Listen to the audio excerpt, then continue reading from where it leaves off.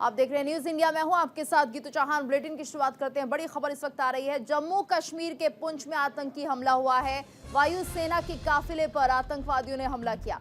हमले में सेना के 5 जवान घायल हो गए हैं। हमले में सैन्य कर्मियों के घायल होने की खबर है।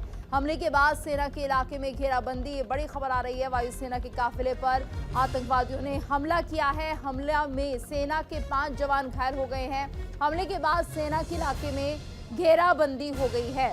तो जम्मू कश्मीर के पुंछ से ये खबर, जहां पर आतंकी हमला हुआ है और इस हमले में सेना के 5 जवान घायल हो गए हैं। वायुसेना के काफिले पर आतंकवादियों ने हमला किया। इस हमले में सेना के 5 जवान घायल हो गए हैं। पुंछ से इस वक्त ये बड़ी खबर आ रही है। जम्मू कश्मीर के पुंछ इलाके में यहां पर हमला किया गया आतंकवादियों के द्वारा। जम्मू कश्मीर के पुंछ में आतंकी हमला हुआ है।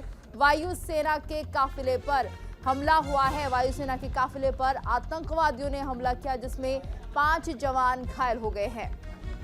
तो ये बड़ी खबर, हमले में सेना के 5 जवान घायल हुए हैं। हमले के बाद सेना के इलाके में घेराबंदी, ये बड़ी खबर आ रही है पुंछ से। जम्मू कश्मीर के पुंछ में आतंकी हमला हुआ है।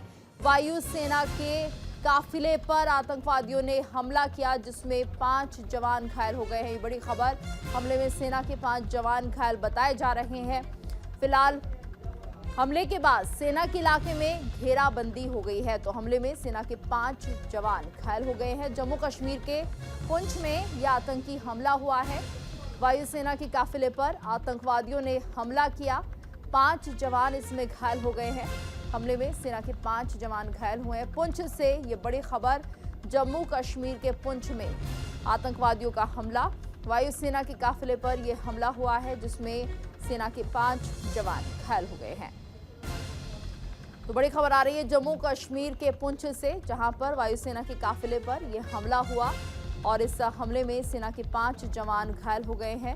हमले के बाद सेना के इलाके में घेराबंदी हो गई है। पुंछ से खबर, जहां पर आतंकवादियों की यह हरकत देखने को मिली और यहां पर वायुसेना के काफिले पर आतंकियों ने हमला किया है। 5 जवान इस हमले में घायल हुए हैं। हमले में सेना के 5 जवान घायल हुए हैं और फिलहाल सेना के इलाके में घेराबंदी हो गई है। हमले के बाद सेना के इलाके में घेराबंदी, जम्मू कश्मीर के पुंछ में ये आतंकी हमला हुआ है। तो वायुसेना के काफिले पर आतंकवादियों ने हमला किया है। हमले में सेना के 5 जवान घायल हो गए हैं। ये बड़ी खबर, हमले में सेना के 5 जवान घायल हुए हैं। फिलहाल सर्चिंग अभियान चल रहा है। चप्पे चप्पे पर पुलिस मौजूद है। सुरक्षा बल आतंकियों को निशाने पर ले रहे हैं। और जम्मू कश्मीर से बड़ी खबर, जहां पर आतंकियों की करतूत देखने को मिली है, ये बड़ी खबर आ रही है। और हमले में सेना के 5 जवान घायल हो गए हैं। वायुसेना का काफिला जिस पर आतंकी हमला हुआ है, हमले के बाद सेना के इलाके में घेराबंदी की गई है।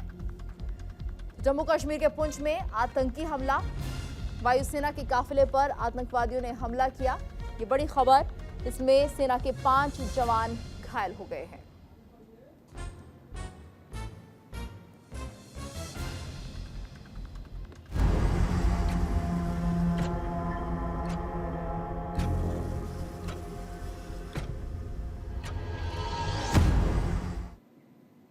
और स्वागत है आपका 24 के सिंहासन में। मैं हूं आपके साथ गीतू चौहान। और आज क्या कुछ रहने वाला है 24 के सिंहासन में, ये आपको बता देते हैं। क्योंकि देश में सियासी माहौल इस तरह गर्मा गया है कि नेताओं की बयानबाजी सभी हदें पार कर रही हैं। वोटर्स को अपनी ओर खींचने के लिए नेता एक दूसरे पर ऐसे ऐसे आरोप लगा रहे हैं कि जिन्हें शायद ही आपने कभी सुना हो। ये वो आरोप हैं जिनके बल पर नेताओं को लगता है कि वो वोटर्स को लुभाने में कामयाब होंगे। वहीं नेता चुनावी जनसभाएं कर विरोधी पार्टियों के घोषणा पत्र पर निशाना साध रहे हैं। सीएम योगी ने कांग्रेस के घोषणा पत्र पर निशाना साधते हुए कहा कि कांग्रेस देश की जनता पर जजिया कर लगाना चाहती है। और इसी के साथ ही नेताओं ने तीसरे चरण के नामांकन के आखिरी दिन पर्चा भरा है।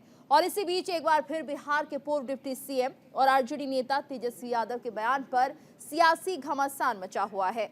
दरअसल तेजस्वी यादव ने पीएम मोदी के एक बयान पर निशाना साधते हुए कहा कि देश में पीएम से लेकर सीएम तक हिंदू हैं, तो फिर सनातन धर्म खतरे में कैसे हैं? इसको लेकर बीजेपी नेताओं ने तेजस्वी यादव पर तीखा हमला बोला है और इस सब के बीच नेताओं के पाला बदलने का सिलसिला भी जारी है। कई दिग्गजों ने अपने पुराने निशान को छोड़कर नए निशान को अपनी पहचान बनाया और इसी के साथ ही सियासी गलियारों में कई ऐसी घटनाएं हुई हैं जो चुनाव के बीच तैर रही हैं।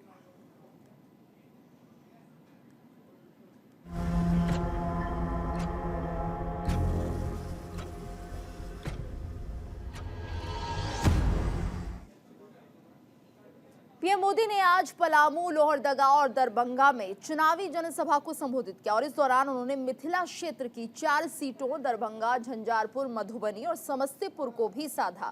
पीएम मोदी ने भारत माता की जय और जय श्री राम के नारे के साथ अपने भाषण की शुरुआत की। उन्होंने आरजेडी नेता तेजस्वी यादव को बिहार का शहजादा करार दिया। साथ ही कहा कि वो राज्य को अपनी जागीर मानते हैं। पीएम ने विरासत टैक्स और धार्मिक आधार पर मुसलमानों को आरक्षण देने की बात पर कांग्रेस को भी घेरा। उन्होंने कहा कि जवाहरलाल नेहरू ने भी धर्म के आधार पर आरक्षण देने का विरोध किया था, लेकिन अब कांग्रेस उनकी ही भावना के खिलाफ जाकर मुसलमानों को कोटा देने की तैयारी कर रही है।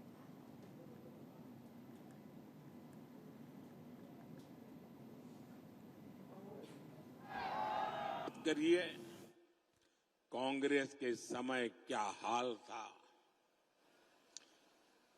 यहां बम फूटते थे, आतंकवादी गोलियां चलाते थे, निर्दोषों को मौत के घाट उतारते थे और दिल्ली की सरकार पाकिस्तान को लव लेटर भेजती थी। लव लेटर,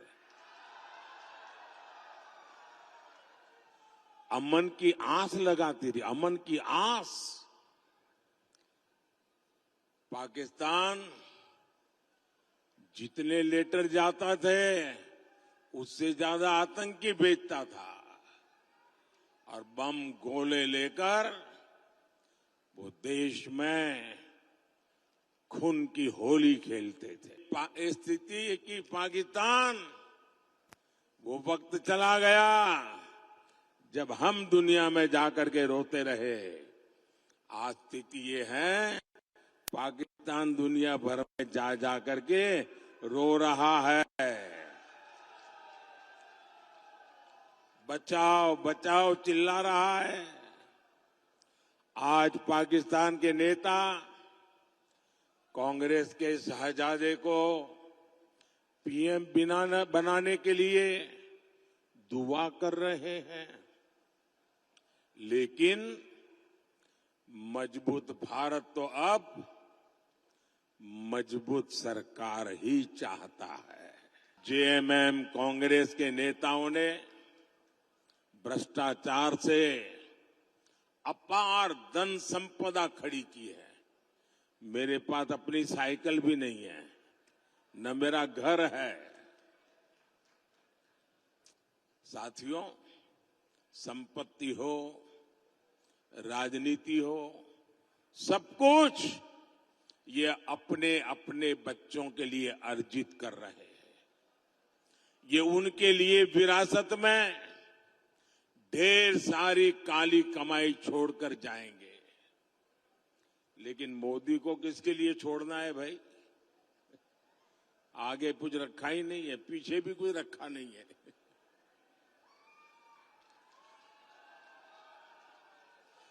मेरे वारिस तो आप सभी। कांग्रेस के शाहजादे की हालत वही है।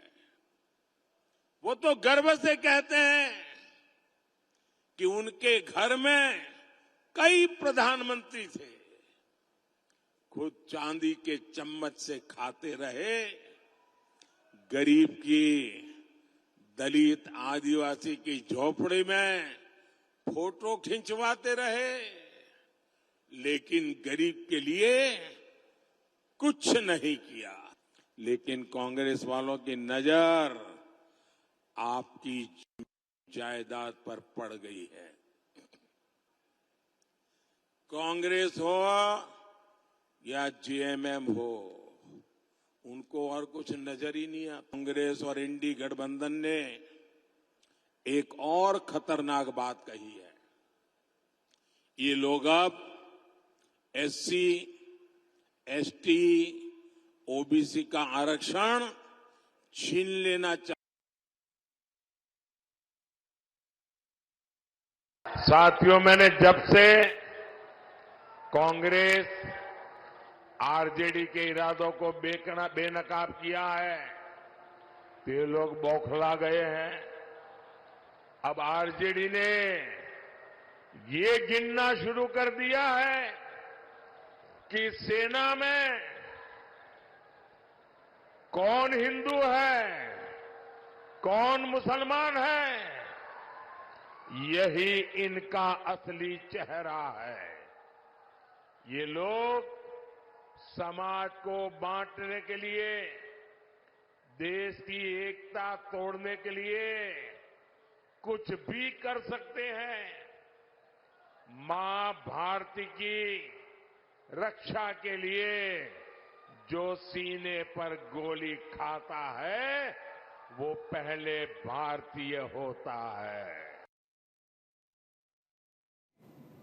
पीएम मोदी 5 मई यानी कि कल अयोध्या दौरे पर रहेंगे और पीएम मोदी 2 किलोमीटर लंबा रोड शो, ऐतिहासिक रोड शो ये होगा और पहली बार ऐसा होने जा रहा है जब कोई प्रधानमंत्री लोकसभा चुनाव में रोड शो करेंगे। पीएम मोदी अपने कार्यक्रम में 5वीं बार अयोध्या आ रहे हैं और इससे पहले कोई प्रधानमंत्री रामनगरी में नहीं आया था। रोड शो को लेकर तैयारियां जोरों पर चल रही हैं। पीएम मोदी सबसे पहले रामलला का आशीर्वाद लेंगे और इसके बाद 2 किलोमीटर का रोड शो करेंगे। पीएम के रोड शो को लेकर राम पथ को 40 बल्कों में बांटा गया है और बीजेपी ने पीएम के मेगा रोड शो को लेकर अपनी पूरी ताकत झोंक दी है। अवध की लोक संस्कृति, बटुकों के स्वस्ति वाचन और शंखनाद से प्रधानमंत्री का रोड शो में अभिवादन किया जाएगा। रामधाम में इसी माहौल में पीएम मोदी रामलला से आशीर्वाद लेकर पूरे देश को एक बड़ा संदेश भी देंगे।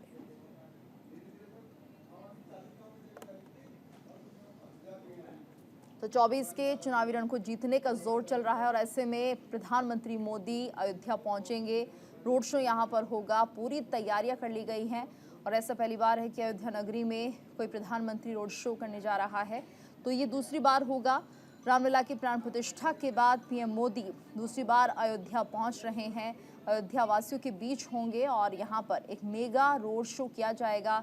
काफ़ी भव्य और ऐतिहासिक रोड शो ये बताया जा रहा है। तैयारियां लगभग पूरी हो गई हैं और कल रामपथ से लेकर अयोध्या धाम तक जिस तरह से रोड शो की तैयारियां की जा रही हैं, लोगों में भी काफ़ी उत्साह है क्योंकि जो एक बहुत बड़ा कार्य था जिसे लगभग 5 वर्षों से जो पूर्ण नहीं हो पाया था, उसकी एक बड़ी जिम्मेदारी को प्रधानमंत्री मोदी ने निभाया और यहाँ पर अयोध्या में भगवान रामलला का मंदिर का निर्माण कराया है और ऐसे में कल जिस तरह से पीएम मोदी यहाँ पहुँच रहे हैं, जनता का प्यार, जाहिर तौर पर उनका समर्थन और उनकी जो भावनाएं पीएम मोदी से जुड़ी हुई हैं वो देखने को मिलेंगी क्योंकि यहाँ पर पहले भी देखा गया था जब पीएम मोदी यहाँ पहुँचे थे भगवान रामलला की प्राण प्रतिष्ठा को लेकर, उस वक्त भी लोगों का काफ़ी हुजूम सड़कों पर आया था और एक तरह से इस असंभव कार्य को जिस तरह से संभव किया गया है तो अयोध्या वासी लगातार उनका आभार व्यक्त कर रहे थे। हालांकि देश के लिए भी बहुत बड़ा ये कार्य रहा है लेकिन अयोध्या वासियों के लिए और ज़्यादा खास हो जाता है और ऐसे में पीएम मोदी जब कल यहाँ पहुँचेंगे, रोड शो होगा तो लोगों का एक बड़ा हुजूम यहाँ पर दिखाई देगा और जिस तरह से जन समर्थन लोगों का मिला है, पीएम मोदी लगातार यहाँ पर अयोध्या में पहुंचने की बात कर रहे थे और ये दूसरी बार है जब वो यहाँ पर पहुंच रहे हैं तो भगवान रामलला के दर्शन करेंगे और इस दौरान भव्य रोड शो भी किया जाएगा। तो तैयारियां लगभग पूरी हो चुकी हैं और कल यानी 5 मई को ये भव्य रोड शो होगा अयोध्या में, जिसको लेकर सभी व्यवस्थाएं कर ली गई हैं। पीएम मोदी भगवान रामलला के दर्शन करेंगे और भारी तादाद में लोग यहाँ पर मौजूद रहेंगे, ऐसा कहा जा रहा है क्योंकि पीएम मोदी का ये रोड शो काफ़ी ऐतिहासिक और मेगा रोड शो होने जा रहा है।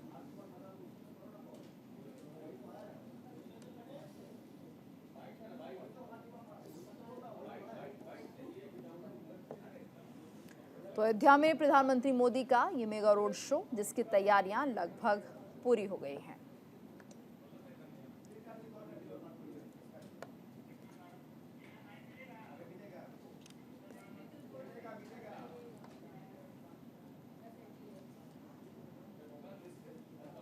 तो चुनावी माहौल को देखते हुए पीएम मोदी अयोध्या के दौरे पर कल रहेंगे। पीएम का मेगा रोड शो यहां पर होगा और भगवान रामलला का आशीर्वाद लेने पीएम मोदी रामनगरी में पहुंच रहे हैं।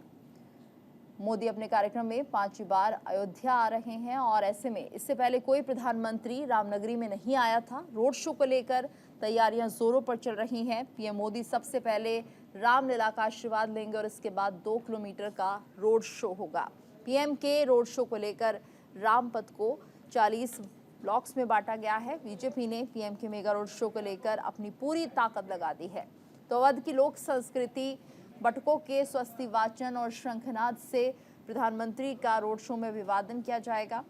रामधाम में इसी माहौल में पीएम मोदी रामलला से आशीर्वाद लेकर पूरे देश को एक बड़ा संदेश भी देंगे।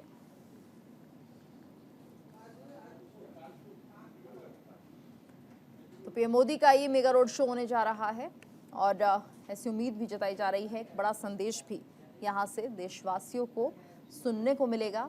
प्रधानमंत्री मोदी की तरफ से ये मेगा रोड शो होगा जिसकी तैयारियां पूरी की जा रही हैं। और ज्यादा जानकारी के लिए बात करेंगे, हमारे साथ संवाददाता आनंद जुड़ गए हैं। आनंद, क्या कुछ तैयारियां पीएम मोदी के रोड शो को लेकर अयोध्या में? जी, सारी तैयारियां पूरी की है। इस समय सुरक्षा व्यवस्था पूरी चाक चौबंद है, चारों तरफ बैरिकेडिंग कर दी गई है और सबसे बड़ी बात कि प्रधानमंत्री नरेंद्र मोदी का रथ पूरा तैयार है और उसके साथ सुरक्षा व्यवस्था भी वहां बिल्कुल जी। और किस समय ये निर्धारित किया गया है, कब पीएम मोदी यहाँ पर आएंगे, क्या कार्यक्रम उनका कल रहेगा? जी, लगभग 3 बजे यहाँ पे पहुंचेंगे। उसके बाद सबसे पहले वो राम मंदिर का दर्शन करेंगे, उसके बाद वो अयोध्या शो है वो राम लता होगा। सबसे बड़ी बात यह है कि अयोध्या में ये पहली बार किसी प्रधानमंत्री का दौरा है जो किसी चुनावी कार्यक्रम में किसी प्रत्याशी का प्रमोशन के लिए आया है। ये लल्लू सिंह है और लल्लू सिंह प्रचार करने के लिए नरेंद्र मोदी अयोध्या आ रहे हैं। जी बिल्कुल आनंद, और क्या कोई बड़ा संदेश प्रधानमंत्री मोदी कल यहाँ से देंगे? क्या कुछ उस तरीके की उम्मीदें कयास लग रहे हैं? जी, सबसे बड़ा संदेश यही है कि राम भक्त तो है और उसके बाद राम मंदिर का संदेश है। राम की यहाँ पे जो आसपास की लगभग 8-10 सीटें हैं उन सब पे इसका प्रभाव पड़ेगा, क्योंकि राम मंदिर 540 वर्षों के बाद बना है, जिसका सीधे तौर पे क्रेडिट बीजेपी को जा रहा है। जी, धन्यवाद आनंद इस पूरी जानकारी के लिए। तो यहाँ पर कल पीएम मोदी पहुंचने वाले हैं, 3 बजे उनका ये रोड शो रहेगा। आगे बढ़ते हैं। गुजरात के आदिवासी बहुल क्षेत्र छोटा उदयपुर में केंद्रीय गृह मंत्री अमित शाह ने आज राहुल गांधी के वायनाड और रायबरेली लोकसभा सीटों से चुनाव लड़ने पर कटाक्ष किया है। इसके साथ ही उन्होंने दावा किया कि कांग्रेस नेता रायबरेली से भारी अंतर से हारेंगे। जनसभा को संबोधित करते हुए अमित शाह ने इंडी गठबंधन पर दलितों, आदिवासी और पिछड़े वर्गों के आरक्षण को मुसलमानों को देने का आरोप भी लगाया। उन्होंने कहा, राहुल गांधी जब अमेठी से चुनाव हार गए तो वायनाड चले गए। उन्हें एहसास हो गया है कि वो इस बार वायनाड से भी हार जाएंगे, इसलिए अमेठी के बजाय रायबरेली से चुनाव लड़ रहे हैं। अमित शाह ने कहा कि राहुल बाबा मोदी के पास 2014 और 2019 में पूर्ण बहुमत था, लेकिन उन्होंने अनुसूचित जाति, अनुसूचित जनजाति और अन्य पिछड़ा वर्ग के लिए आरक्षण को कभी नहीं छुआ और ये मोदी की गारंटी है कि जब तक बीजेपी सत्ता में है कोई भी इसे छू नहीं सकता।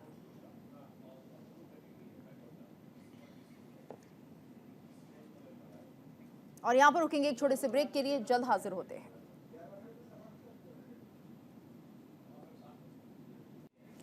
उत्तर प्रदेश के सीएम योगी आदित्यनाथ ने मध्य प्रदेश के अशोकनगर, यूपी के फर्रुखाबाद और बिहार के अररिया में चुनावी जनसभा को संबोधित किया। यहां जनसभा को संबोधित करते हुए सीएम योगी ने कांग्रेस पर जमकर निशाना साधा। उन्होंने कहा कि कांग्रेस के मैनिफेस्टो में जजिया कर और गौ हत्या को बढ़ावा देने की बात कही गई है। साथ ही उन्होंने इसकी तुलना मुगल बादशाह औरंगजेब के क्रूर शासन से की। सीएम योगी आदित्यनाथ ने कांग्रेस पर अपने वोट बैंक को खुश करने के लिए अनुसूचित जाति, जनजाति और अन्य पिछड़े वर्गों के आरक्षण को छीनने का भी आरोप लगाया। गुना लोकसभा क्षेत्र के अशोकनगर कस्बे में बीजेपी प्रत्याशी और केंद्रीय मंत्री ज्योतिरादित्य सिंधिया के समर्थन में एक रैली को संबोधित करते हुए सीएम योगी ने आस्था को सम्मान देने, गरीबों के लिए कल्याणकारी योजनाएं लाने और देश को सम्मान देने के लिए पीएम मोदी के नेतृत्व की सराहना की। और लोगों से पूछा जाता है कि क्यों मोदी सरकार क्यों चाहिए, तो लोग कहते हैं साहब विकास भी होगा, सब कुछ होगा, लेकिन उनके मन में एक ही बात है। उत्तर, दक्षिण, पूरब, पश्चिम लोग एक ही बात कहते हैं और कह रहे हैं जो राम को लाए हैं हम उनको लाएंगे। ये है कृतज्ञता का भाव। जो राम को लाए हैं हम उनको लाएंगे। और यह संकल्प जो देश के अंदर दिख रहा है अभूत। और कोई मुसलमानों में भी सभ्य मुसलमान परिवार अपने पुत्र का नाम औरंगजेब नहीं रखता। औरंगजेब सबसे क्रूर मुगल बादशाह था। औरंगजेब ने एक कर लगाया था, उसका नाम है जजिया कर। आज कांग्रेस भी अपने मैनिफेस्टो में जजिया कर की बात करती है। ये जजिया कर क्या है? जो उन्होंने विरासत टैक्स की बात की है। सिंधिया परिवार को मेरे पीठ के द्वारा, हमारे परंपरा के द्वारा इसलिए सम्मान दिया गया क्योंकि उस समय अफगानों के हमलों को सिंधिया परिवार ने उस समय उसको धकेल करके भारत की सीमा के बाहर करने का काम किया था। कांग्रेस इतनी गिर चुकी है कि वो गौ हत्या को प्रश्रय देगी। बहनों और भाइयों, ये वो कांग्रेस नहीं जिस कांग्रेस ने देश की आजादी में योगदान दिया था। आज ये पथभ्रष्ट हो चुकी है और इसीलिए कह रही अपने वोट बैंक के लिए। क्या आप इस पाप में भागीदार बनेंगे? क्या कोई इस पाप में भागीदार बनेगा? क्या इस पाप में राम और कृष्ण की धरती पर क्या गौ हत्या होगी? क्या? और बहनों और भाइयों, इसीलिए मैं आपसे कहने के लिए आया हूं कि हम इस पाप में कतई भागीदार। कांग्रेस महासचिव प्रियंका गांधी वाड्रा ने आज गुजरात के बनासकांठा और कर्नाटक के दावनगेरे में जनसभा को संबोधित किया। इसी दौरान उन्होंने राहुल गांधी को शहजादा कहने को लेकर पीएम मोदी पर करारा प्रहार किया। उन्होंने चुनावी जनसभा को संबोधित करते हुए कहा कि पीएम मोदी मेरे भाई राहुल गांधी को शहजादा बोलते हैं और ये शहजादे 4000 किलोमीटर पैदल चले हैं। कन्याकुमारी से कश्मीर तक आपकी समस्याओं को सुनने के लिए पैदल चले हैं। मेरे भाइयों बहनों, किसानों, मजदूरों से मिले हैं और सबसे प्यार से मिलकर पूछा है कि तुम्हारे दिल में क्या मुश्किलें हैं। उन्होंने आगे कहा कि और एक तरफ आपके शहंशाह नरेंद्र मोदी हैं, महलों में रहते हैं। मोदी सरकार को महंगाई के मुद्दे पर घेरते हुए प्रियंका गांधी ने कहा कि पेट्रोल डीजल का दाम क्या है, खेती के हर सामान पर जीएसटी है, हर सामान महंगा हो गया है, ये मोदी नहीं जानते। वो मेरे भाई को शहजादा बोलते हैं। मैं उनको बताना चाहती हूं, ये शहजादे 4000 किलोमीटर पैदल चले हैं। कन्याकुमारी से कश्मीर तक आपकी समस्याओं को सुनने के लिए चले हैं। मेरी बहनों से मिले हैं, मेरे भाइयों से मिले हैं, किसानों से मिले हैं, मजदूरों से मिले हैं और सबसे प्यार से मिलकर पूछा है कि तुम्हारे दिल में क्या मुश्किलें हैं, तुम्हारे जीवन में क्या समस्याएं हैं, उनको हम हल कैसे कर सकते हैं। और एक तरफ आपके शहंशाह नरेंद्र मोदी जी महलों में रहते हैं। आपने कभी टीवी पे उनका चेहरा देखा है? एकदम साफ सुथरा सफेद कुर्ता, एक दाग नहीं है धूल का, एक बाल इधर से उधर नहीं हो रहा है। वो कैसे समझ पाएंगे आपकी मजदूरी, आपकी खेती? कैसे समझ पाएंगे? कैसे समझ पाएंगे कि आप किस दलदल में धंसे हुए हो? क्योंकि मोदी जी अब अपने महल में बंद हैं, सत्ता से घिरे हुए हैं। उनके आसपास जितने भी लोग हैं उनसे डरते हैं, उनको कोई कुछ कहता नहीं है और अगर कोई आवाज उठा भी ले तो उस आवाज को दबाने की कोशिश होती है। हम कुछ गारंटी लाए हैं और उसमें किसान भाइयों के लिए आपका जो एमएसपी है, जो न्यूनतम समर्थन मूल्य है, वो एक कानून बनेगा। मतलब आपका अधिकार बन जाएगा। कानून के तहत आपको मिलना ही होगा। ऐसा हो ही नहीं पाएगा कि जो आप यहाँ पे आलू उगाते हैं, जीरा उगाते हैं, उसका न्यूनतम समर्थन मूल्य आपको मिले ना। आपके कर्ज माफ के लिए एक स्थायी आयोग बनेगा जिसके तहत जब भी आप कर्ज में अगर आप डूब रहे हैं और आपको मदद की जरूरत है, आप उस आयोग में जा पाएंगे और आपके कर्ज की माफी की बात होगी और उसकी समस्या हल होगी। भूमिहीनों को जमीन मिलेगी और हर जगह पूरे देश भर में न्यूनतम मजदूरी 400 रुपए की होगी। मतलब 400 रुपए से कम मजदूरी के पैसे आपको कोई नहीं दे पाएगा। अगर देगा तो कानून का उल्लंघन करे। क्या हो रहा है, पूरे देश भर में पेपर लीक हो जाते हैं। 10 सालों में जब से इनकी सरकार है 14 से ज्यादा पेपर लीक हुए हैं। तो अब क्या करें नौजवान? भर्ती का इम्तिहान है, पेपर लीक हो रहा है, रोजगार दे नहीं रही है सरकार। मोदी जी की सरकार में 30 लाख रोजगार के पद खाली पड़े हुए हैं। 30 लाख केंद्र सरकार में। आप नौजवान यहाँ खड़े हो, यहीं पे हजारों खड़े होंगे जिनके पास रोजगार नहीं है। वहाँ 30 लाख पद खाली हैं, वो पद भरे नहीं गए हैं। तो पद खाली हैं, नौजवान खाली हैं, लेकिन आप पद नहीं भर रहे हैं। आपका ध्यान कहीं और है, सरकार का ध्यान रोजगार बनाने में नहीं। इनकी नीतियां बड़े बड़े खरबपतियों के लिए ही बन रही हैं।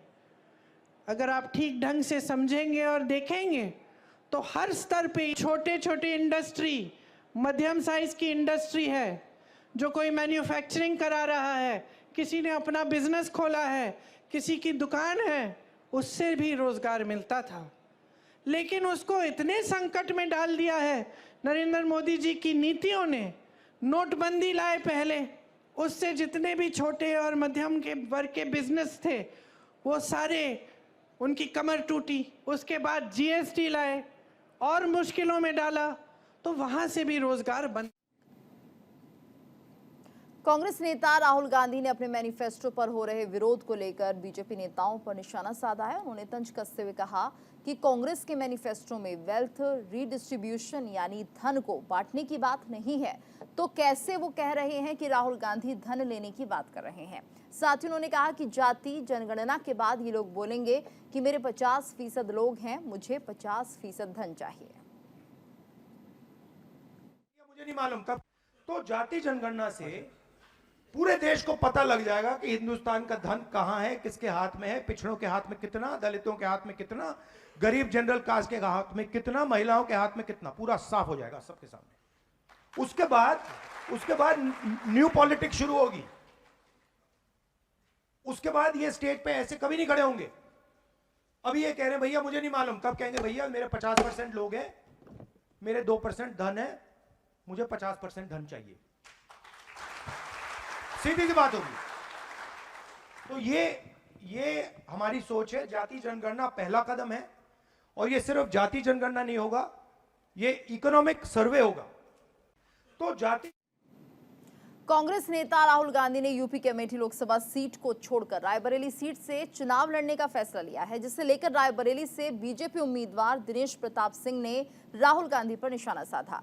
दिनेश प्रताप सिंह ने कहा कि अगर राहुल गांधी अमेठी सीट को जीतना चाहते हैं तो अपने चपरासी को टिकट नहीं देते। स्मृति ईरानी ने अमेठी को सजाया और संवारा है, अब वही अमेठी का हिस्सा है। और इसी के साथ दिनेश सिंह ने कहा कि अगर सोनिया गांधी के लिए रायबरेली कर्मभूमि थी तो राजस्थान क्यों चली गई, अगर अस्वस्थ थी तो रायबरेली क्यों छोड़ा और पूरे राजस्थान के लोकसभा की जिम्मेदारी ली। ये हास्यास्पद है। समारा है। क्या सही में राहुल गांधी अमेठी जीतना चाहते हैं? क्या सही में राहुल गांधी रायबरेली जीतना चाहते हैं? अमेठी जीतना होता तो अपने चपरासी को लोकसभा का टिकट देते। उन किसको टिकट दिया है? वो चुनाव जीतने के लिए टिकट दिया है। तो मैं तो नहीं समझता कि वो अमेठी जीतना चाहते हैं। अमेठी छोड़ के भाग आए हैं। राहुल गांधी अमेठी वोट मांगने नहीं जाएंगे, जितना मैं उम्मीद करता हूं। वहां पर भारतीय जनता पार्टी की नेता हैं आदरणीय स्मृति ईरानी जी, जिन्होंने परिवार की भांति अमेठी को सजाया है, संवारा है, इज्जत दी है, प्यार दिया है। अकरम भूमि उनकी मां की तो छोड़ के राजस्थान क्यों चली गई? आप इसका जवाब पूछें राहुल गांधी से, राजस्थान क्यों चली गई? और अगर अस्वस्थ थी तो रायबरेली में 1 लोकसभा की एमपी थी, और राजस्थान में पूरे राजस्थान की एमपी बनकर के पूरे राजस्थान की सेवा का ठेका ले लिया। जो 1 लोकसभा के लिए बीमार हो और 25 लोकसभा की सेवा का ठेका ले ले, आप हमको बताइए क्या यह हास्यास्पद नहीं?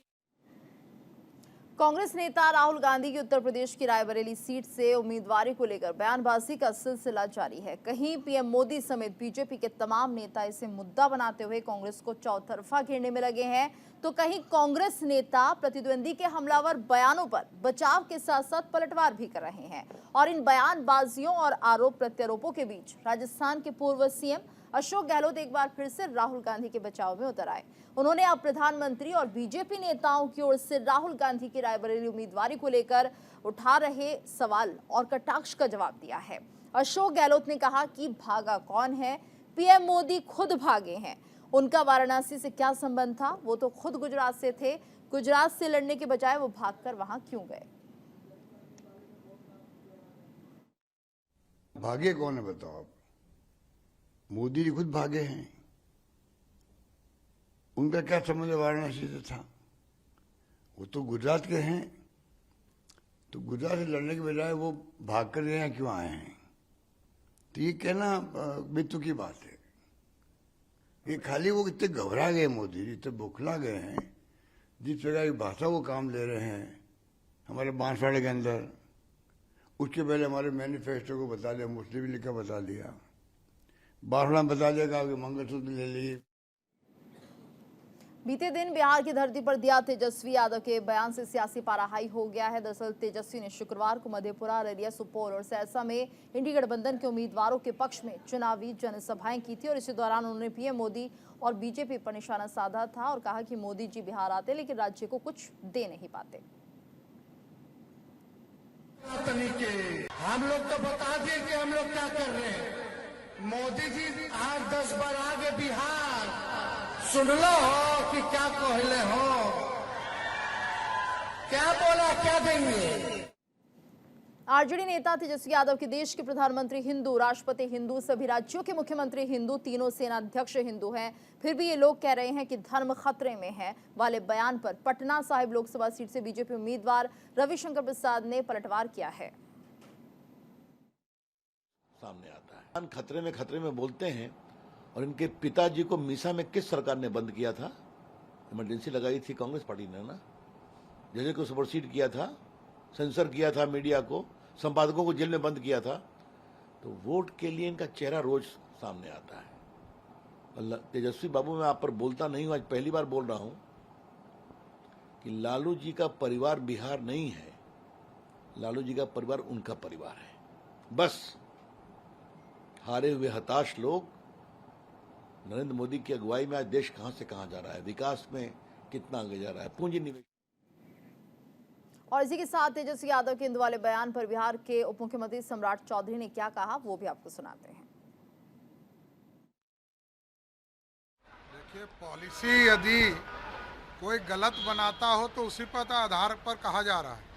जिस तरह कर्नाटक में और आंध्रा में जिस तरह मुस्लिम समाज को आरक्षण देने का प्रयास किया गया कांग्रेस पार्टी का, उसी का तो विरोध हो रहा है। इस भारत को श्रेष्ठ बनाने में मोदी जी लगे हैं और लालू जी का पूरा परिवार बिहार और देश को।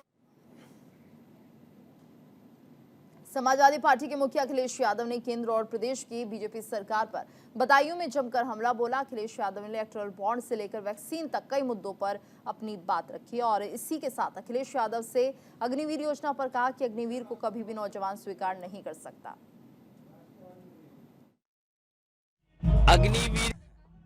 अग्निवीर को कभी भी नौजवान स्वीकार नहीं कर सकता है। और अगर देश की रक्षा के लिए आप 4 साल की नौकरी और 4 साल की नौकरी में कोई सुविधा ना हो, शहीद होने पर भी आपको सम्मान न मिले, तो कोई। दक्षिण मुंबई सीट से एनडीए ने यामिनी जाधव को मैदान में उतारा है। न्यूज इंडिया से एक्सक्लूसिव इंटरव्यू में यामिनी जाधव ने कहा कि असली शिवसेना हम और मैं ये जरूर जीतूंगी क्योंकि बाला साहेब का आशीर्वाद हमारे साथ है। देश की सबसे महंगी सीट जहां के वोटर होते हैं अडानी, अंबानी, टाटा, बिरला, उस सीट पर एनडीए ने इस बार यामिनी जाधव को उम्मीदवार बनाया है। यामिनी जाधव अब तक तो विधायक थे, लेकिन इस बार दिल्ली जाने के लिए संसद का टिकट जो है पा चुकी हैं। लेकिन क्या यहाँ की जनता उन्हें संसद तक पहुँचाएगी, ये सबसे बड़ा सवाल है। यामिनी जी बताइए कि अब तक तो आप विधायक थी, विधान भवन में आप सवाल उठाएं, लेकिन अब दिल्ली बड़ी दूर होती है, क्या आपको भरोसा है यहाँ की जनता आपको दिल्ली पहुँचाएगी? ये किसी ने बहुत गलत कहा है कि दिल्ली बहुत दूर है। अगर आप दिल से चाहोगे तो दिल्ली दिल के पास होती है और मैं ज़रूर दिल्ली पहुंचूंगी। लेकिन इस बार जो लड़ाई है वो शिवसेना वर्सेस शिवसेना की हो गई है। एक शिवसेना वो कह रही कि हम असली बाला साहब ठाकरे के विचारों वाले, दूसरी शिवसेना कह रही कि हमें विरासत में मिले हैं सरनेम जो है वो ठाकरे है। आपको लगता नहीं है कि इस बार मुकाबला बड़ा दिलचस्प होगा, वोटर जो हैं वो कंफ्यूज होंगे? शिवसेना किसी शिवसेना पार्टी है जो, ये किसी की प्राइवेट जागीर तो है नहीं कि भाई ये मेरी है। नाम सरनेम से कोई नहीं होता है। जब हिंदू हृदय सम्राट बाला साहब ठाकरे ने जब शिवसेना बनाई थी तो लोगों के लिए बनाई थी, तो ये लोगों की है और आज लोगों के लिए हम बाला साहब ठाकरे के विचार लेके हम चल रहे हैं, ना कि वारसा लेके चल, विचारों का वारसा लेके चल रहे हैं। और शायद आप अगर कहीं देखें तो आपको मिलेगा कि शिवसेना प्रमुख हिंदू हृदय सम्राट बाला साहब ठाकरे ने ये कहा था कि जिस दिन मुझे कांग्रेस के साथ में हाथ मिलाना पड़ेगा तो मैं अपनी दुकान बंद कर दूंगा। तो ये कॉन्ट्रोवर्सी, कॉन्ट्राडिक्टरी कुछ कहीं हो रहा है, ऐसे लग रहा है नहीं आपको भी? यमुनी जी, अब तक आप भाईखल्ला विधानसभा से विधानसभा थे, लेकिन अब 6 विधानसभा के अंदर एक संसद की क्षेत्र आती है, लोकसभा क्षेत्र आती है। क्या मुद्दे होंगे? क्या फिर आप भी मोदी जी की तरह जीत की रथ पर सवार है, या 400 का पार नारा जो उसमें लहर चल रही है उसमें ही है कि उसकी कोई मुद्दा आप लेके जा रही हैं जनता? नहीं, 400 तो अब की बार 400 पार, अब बारंबार मोदी सरकार, ये तो है ही है, लेकिन ये कोशिश रहेगी वो 400 में बड़ी पैमाने पे दक्षिण मुंबई की सीट आगे रहेगी। और दूसरी बात है कि एजेंडा नहीं बनाना चाहिए। एजेंडे बदले जाते हैं, एजेंडे भूले जाते हैं, मैनिफेस्टो भूले जाते हैं, याद नहीं रहता वो इलेक्शन के टाइम पे हम ये करेंगे, हम वो करेंगे, हम गर्दी कामगार को घर देंगे, कुछ नहीं होता है। मिलिंद देवड़ा हैं जो इस सीट से करीब बहुत साल तक सांसद थे, 2 बार टर्म सांसद थे लोकसभा से कांग्रेस से, लेकिन क्या आपको लगता है, क्या उनका तजुर्बा आपको मिल रहा है? क्या इस इलाके में क्या मुद्दे, क्योंकि बहुत पॉश इलाके हैं, देश के सबसे महंगे इलाके हैं, कुछ ऐसे भी इलाके हैं जहां पर अभी भी विकास नहीं हो पाया है, उसे किस तरह से आप देखती हैं? मुझे लगता है इसी का तो बैलेंस करना लोक प्रतिनिधि का काम है कि आजकल आप कोई भी एरिया देखो जहाँ पे हाई राइज भी है और चॉल सिस्टम भी है, तो इन दोनों का बैलेंस करना ही लोक प्रतिनिधि का काम होता है, वो करना। और रही बात मिलिंद देवड़ा साहब की, तो वो मेरे भाई हैं। कि आपको लगता है कि 2 बार के सांसद रवि सावंत है, आपकी पुराने सहयोगी रह चुके हैं, तो आपको लगता है कि इस बार तस्वीर बदलेगी, कहानी बदलेगी 2024 में? ज़रूर बदलेगी, ज़रूर बदलेगी। बिल्कुल, बहुत बहुत शुक्रिया हमसे बात करने के लिए। ये थी हमारे साथ यामिनी यादव जी जो एनडीए के उम्मीदवार हैं इस सीट से। अब देखना होगा 20 मई को जब मतदान होंगे तो किसके सर पर दक्षिण मुंबई की सीट सर पर ताज सकता है। न्यूज़ इंडिया के लिए मुंबई से शुभम। लोकसभा चुनाव के बीच दिल्ली में कांग्रेस को बड़ा झटका लगा है। कांग्रेस नेता और दिल्ली कांग्रेस के पूर्व प्रदेश अध्यक्ष अरविंदर सिंह लवली बीजेपी में शामिल हो गए हैं। लवली के अलावा कांग्रेस के पूर्व विधायक राजकुमार चौहान, नसीब सिंह, नीरज बसोया और पूर्व युवा कांग्रेस अध्यक्ष अमित मलिक भी दिल्ली में पार्टी मुख्यालय में बीजेपी में शामिल हुए।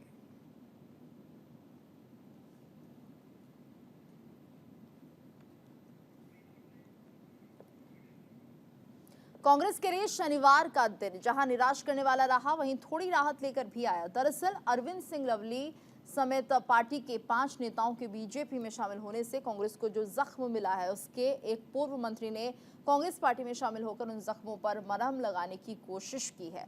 शीला दीक्षित के नेतृत्व में कांग्रेस सरकार में दिल्ली विधानसभा के अध्यक्ष और खाद्य आपूर्ति मंत्री रहे योगानंद शास्त्री फिर कांग्रेस में लौट आए हैं।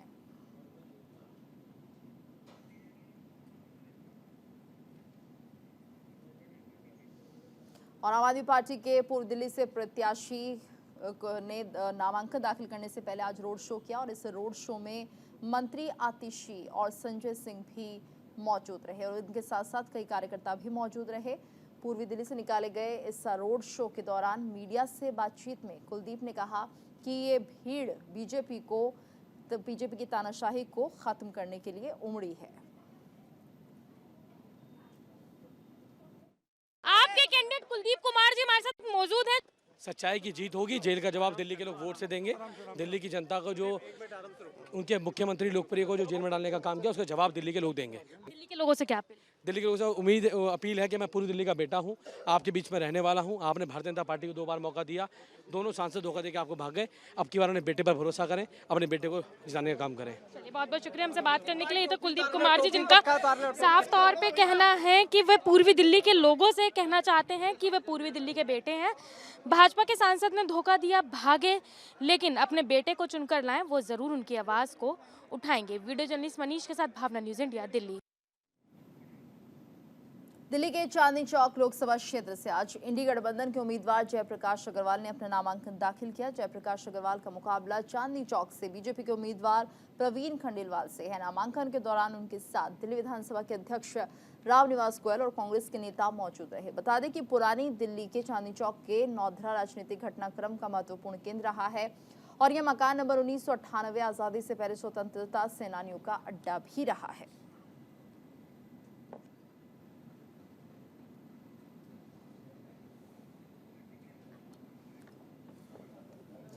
और वहीं हरियाणा की हॉट लोकसभा सीट रोहतक में आज कांग्रेस प्रत्याशी दीपेंद्र सिंह हुड्डा ने अपना नामांकन दाखिल किया। नामांकन से पहले दीपेंद्र सिंह हुड्डा ने पिता और हरियाणा विधानसभा के नेता प्रतिपक्ष भूपेंद्र सिंह हुड्डा और परिवार के अन्य लोगों के साथ मिलकर हवन किया। बता दें कि रोहतक से बीजेपी उम्मीदवार डॉक्टर अरविंद शर्मा शुक्रवार को अपना नामांकन दाखिल करवा चुके हैं और रोहतक लोकसभा सीट से कांग्रेस प्रत्याशी दीपेंद्र सिंह हुड्डा 5वीं बार चुनाव लड़ रहे हैं। हरियाणा की सिरसा लोकसभा सीट से बीजेपी ने अशोक तंवर को अपना उम्मीदवार बनाया। आज अशोक तंवर ने सिरसा से बीजेपी प्रत्याशी के तौर पर नामांकन दाखिल किया। उनके नामांकन के दौरान हरियाणा के सीएम नायब सिंह सैनी, हिसार से बीजेपी प्रत्याशी रणजीत सिंह चौटाला, विधायक गोपाल कांडा, सुभाष बराला समेत बीजेपी के कई नेता मौजूद रहे। पश्चिमी दिल्ली से आप भारत गठबंधन के उम्मीदवार महाबल मिश्रा ने अपना नामांकन दाखिल किया। इससे पहले उन्होंने रोड शो किया और इस मौके पर उनके साथ आप सांसद संजय सिंह भी मौजूद रहे।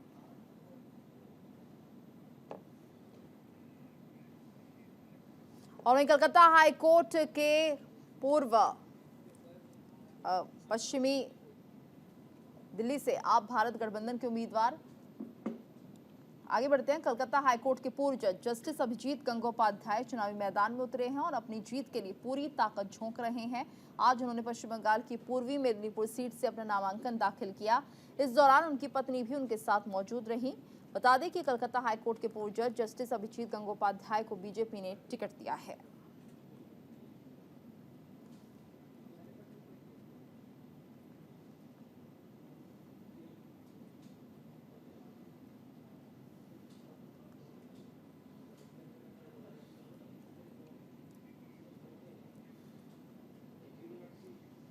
सूरत इंदौर के बाद कांग्रेस को एक और बड़ा झटका लगा है। ओडिशा के पुरी में कांग्रेस उम्मीदवार सुचारिता मोहंती ने चुनाव लड़ने से इनकार कर दिया। मोहंती ने आरोप लगाया कि पार्टी कोई फाइनेंशियल सपोर्ट नहीं कर रही है। पार्टी फंडिंग के बिना चुनावी कैंपेन करना उनके लिए संभव नहीं है, इसलिए उन्होंने चुनाव लड़ने से मना कर दिया है और टिकट लौटा रहे हैं। पुरी लोकसभा सीट और राज्य की 7 विधानसभा सीटों के लिए 25 मई को मतदान होना है। No, I haven't denied. Party had given me the ticket, but I returned the ticket because party was not able to fund me. Then another reason is in my 7 assembly segments, in some of the seats, winnable candidates haven't been given the ticket. Instead, some weak candidates have got the ticket. So it was not possible for me to campaign with these 2 conditions. Bihar की Saran Lok Sabha seat से चुनाव लड़ रही RJD supremo Lalu Prasad Yadav की बेटी रोहिणी आचार्य की मुश्किलें बढ़ सकती हैं। दरअसल बीजेपी ने चुनाव आयोग में उनके खिलाफ शिकायत दर्ज कराई है, जिसमें बीजेपी ने रोहिणी के नामांकन पत्र में गलती का दावा किया है। बीजेपी का आरोप है कि उन्होंने अपने नामांकन पत्र में गलत जानकारियां दी हैं। उनके खिलाफ उचित कार्रवाई की जाए, इसको लेकर बिहार का सियासी पारा गर्मा गया है। बता दें कि सारण में लोकसभा चुनाव के 5वें चरण में 20 मई को वोटिंग होनी है और इसके लिए बीता शुक्रवार नामांकन का आखिरी दिन था।